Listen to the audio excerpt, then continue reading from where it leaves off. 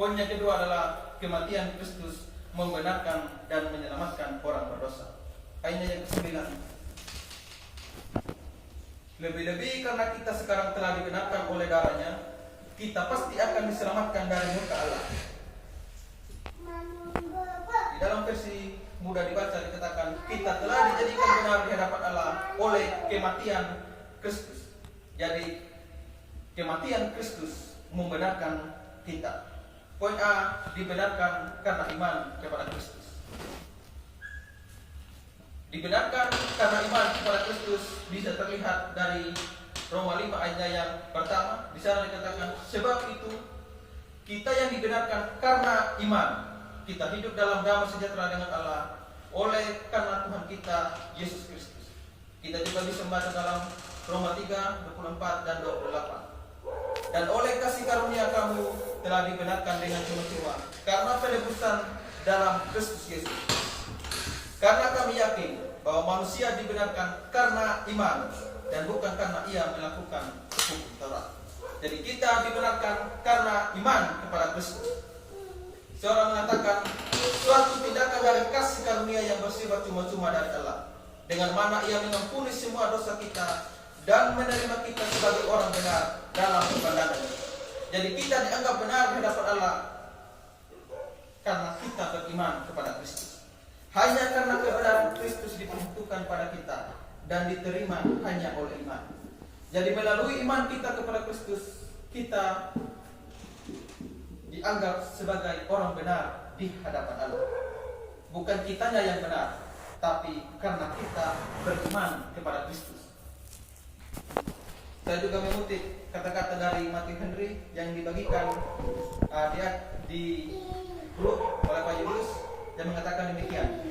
Darahnya yang dicurahkan ke atas kita membebaskan kita dari kesalahan akibat semua dosa kita, baik dosa asal maupun dosa perbuatan kita sendiri, yang bersifat bawaan maupun yang nyata dilakukan. Dan dengan demikian kita menjadi benar di matanya. Jadi kematian Kristus di atas kayu salib itu menebus semua dosa kita, baik dosa asal maupun dosa perbuatan kita sampai sekarang.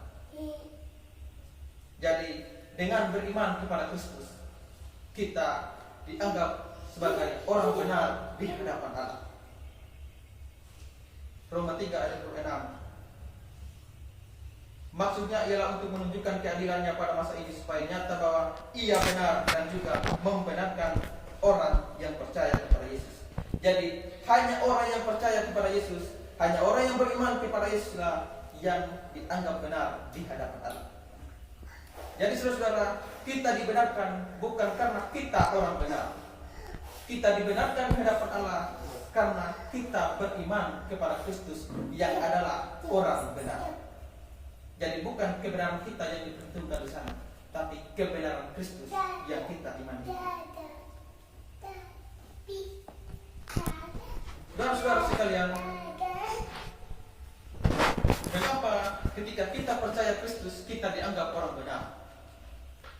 Sebelum kita percaya Kristus, kita semua ini ada di dalam Adam. Adam itu adalah orang berdosa atau perwakilan orang berdosa.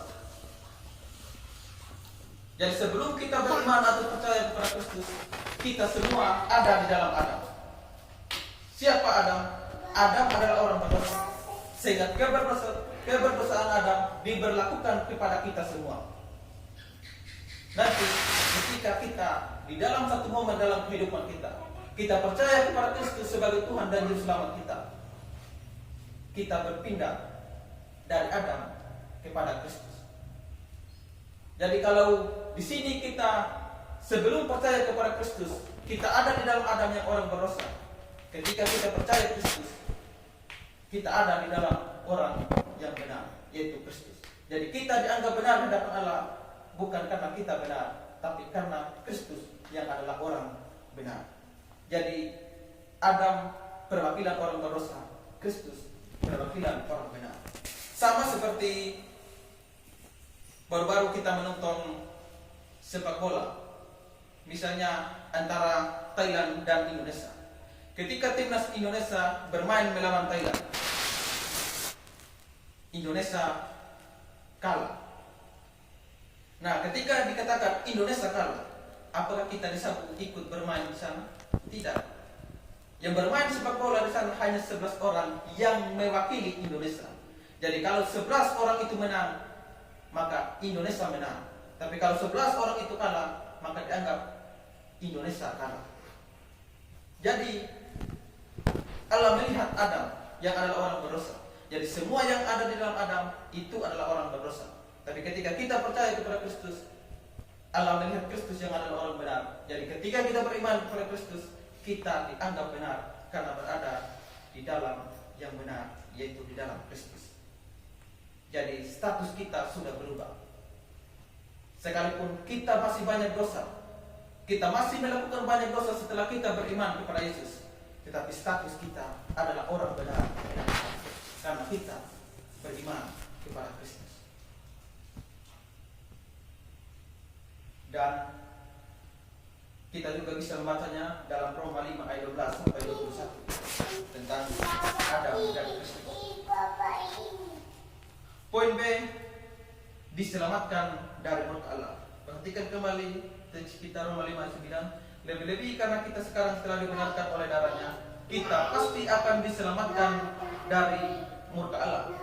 Jadi saudara, melalui iman kepada karya penebusan Kristus di atas kayu salib, bagi setiap orang yang percaya pasti akan diselamatkan dari murka Allah. Semua orang yang beriman kepada Kristus pasti diselamatkan dari murka Allah. Baru sekali lagi kita membaca Yohanes 3 ayat 16, 18 dan 36. Yohanes 3 ayat 16, 18 dan 36. Karena begitu besar kasih Allah akan dunia ini, sehingga Ia telah memurniakan Anaknya yang tunggal, supaya setiap orang yang percaya kepadanya tidak binasa, melainkan beroleh hidup yang kekal. Jadi yang percaya tidak binasa, melainkan beroleh hidup yang kekal. Yang tidak percaya binasa dan tidak memperoleh hidup yang kekal. Ayat 18. Barang siapa percaya kepadanya, ia tidak akan dihukum. Barang siapa tidak percaya, ia telah berada di bawah hukuman, sebab ia tidak percaya dalam nama anak tunggal Allah. Jadi yang percaya tidak akan dihukum, tapi yang tidak percaya itu pasti dihukum. Ayat 36. Barang siapa percaya kepada anak, ia beroleh hidup yang kekal. Tetapi barang siapa tidak taat kepada anak, ia tidak akan melihat hidup, melainkan murka Allah tetap ada di atasnya. Jadi saudara-saudara sekalian, kalau kita orang yang belum percaya kepada Kristus, ingat, sejak kita lahir, bahkan dari dalam kandungan ibu kita, murka Allah sudah ada di atas kita. Kita akan diselamatkan dari murka Allah pada waktu kita percaya kepada Kristus. Jadi jika kita sudah sekian lama kita hidup dalam dunia ini sampai sekarang, sejak dari dalam kandungan sampai sekarang, dan tidak percaya kepada Kristus, sadarlah bahwa murka Allah masih berada di atas kita. Tapi bersyukurlah bagi kita yang sudah percaya kepada Kristus, karena kita pasti diselamatkan dari murka Allah. Saudara-saudara sekalian, kematian Kristus yang menyelamatkan ini membuktikan bahwa keselamatan hanya ada di dalam Kristus. Seandainya ada keselamatan oleh perbuatan baik atau ketaatan pada hukum Taurat dan apapun di luar Kristus, maka kematian Kristus di atas kayu salib menjadi sia-sia. Jika ada cara lain yang menyebabkan orang berdosa bisa diselamatkan, maka kematian Kristus di atas kayu salib menjadi sia-sia. Seandainya ada, maka kematian Kristus itu sia-sia. Dan kematian Kristus tidak sia-sia. Mengapa? Karena tidak ada keselamatan melalui apapun. Bahkan ketaatan pada hukum Taurat pun itu tidak. Jadi ketaatan pada hukum Taurat tidak menyelamatkan kita. Dan karena itu kematian Kristus di atas kayu salib tidak sia-sia. Galatia 2 ayat 21. Aku tidak menolak kasih karunia Allah, sebab sekiranya ada kebenaran oleh hukum Taurat, maka sia-sialah kematian Kristus. Jadi seandainya ada kebenaran oleh hukum Taurat, sia-sialah kematian Kristus.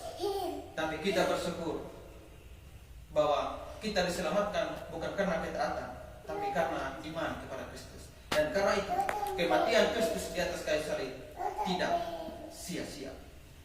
Saudara-saudara sekalian, jikalau kematian Kristus tidak sia-sia, Dia memang datang untuk memberikan nyawanya menjadi tebusan bagi banyak orang.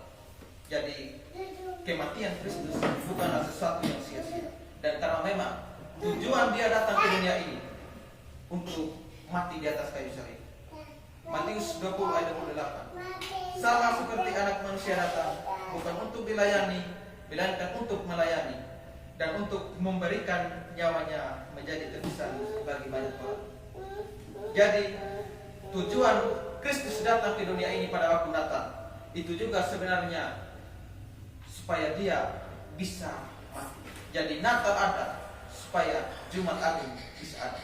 Jadi Natal dan Jumat Agung itu tidak bisa dipisahkan.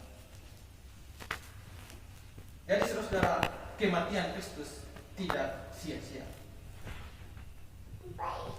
Seandainya ada jalan lain, ada keselamatan di luar Kristus melalui perbuatan baik atau amal saleh kita, maka kematian Kristus pasti sia-sia.